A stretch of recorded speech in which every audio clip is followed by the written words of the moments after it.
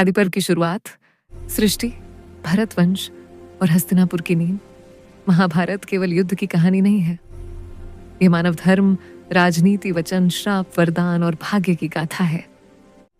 इस महान ग्रंथ की रचना महर्षि वेद व्यास ने की थी और इसे प्रथम बार सुनाया गया राजा जनमेजय को, जब वे अपने पिता की मृत्यु का प्रतिशोध लेने के लिए सर्प यज्ञ कर रहे थे। सृष्टि और चंद्रवंश की उत्पत्ति, सृष्टि की शुरुआत ब्रह्मा से हुई। ब्रह्मा के मानस पुत्रों से ऋषि परंपरा चली। चंद्र से उत्पन्न हुआ चंद्रवंश। चंद्र के पुत्र थे बुद्ध। बुद्ध के पुत्र हुए पुरुरवा। पुरुरवा से आगे बढ़ा यह वंश। इसी वंश में जन्म हुआ महान राजा भरत का। उनके नाम पर इस देश का नाम पड़ा भारत। भरत के वंश में कई महान राजा हुए। इसी वंश में आगे चलकर जन्म हुआ राजा हस्ती का, जिन्होंने बसाया हस्तिनापुर। राजा शांतनु का जन्म और युवावस्था हस्तिनापुर में समय बीतता गया। कई पीढ़ियों बाद जन्म हुआ पराक्रमी राजा शांतनु का। राजा शांतनु न्यायप्रिय, धर्मनिष्ठ और अत्यंत तेजस्वी थे। उनके राज्य में प्रजा सुखी थी। एक दिन शिकार करते हुए वे गंगा तट पर पहुंचे और वहां उनकी मुलाकात हुई दिव्य स्वरूपा देवी गंगा से। शांतनु और गंगा का विवाह, गंगा का रूप अलौकिक था। राजा शांतनु उनके सौंदर्य पर मोहित हो गए। उन्होंने विवाह का प्रस्ताव रखा। गंगा ने कहा, राजन, मैं विवाह करूंगी, पर एक शर्त है, आप कभी मेरे किसी भी कार्य में हस्तक्षेप नहीं करेंगे।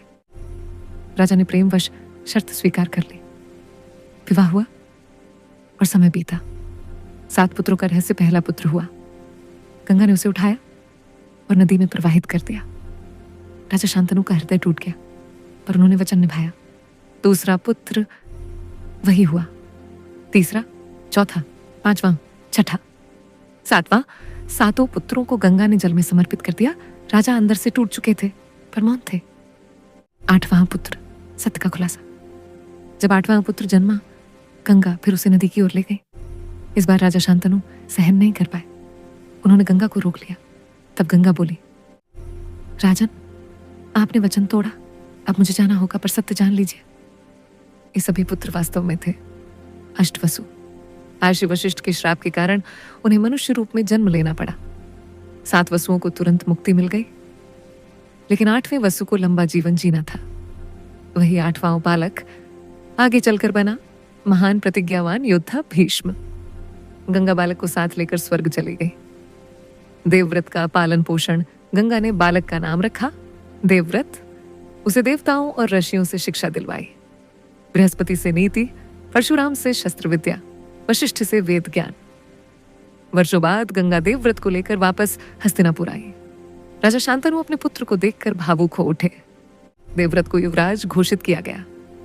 एपिसोड 1 समाप्त। आज की कथा में हमने जाना सृष्टि से भरतवंश तक, हस्तिनापुर की स्थापना, शांतनु और गंगा विवाह, अष्टवसु का श्राप, भीष्म पितामह का जन्म।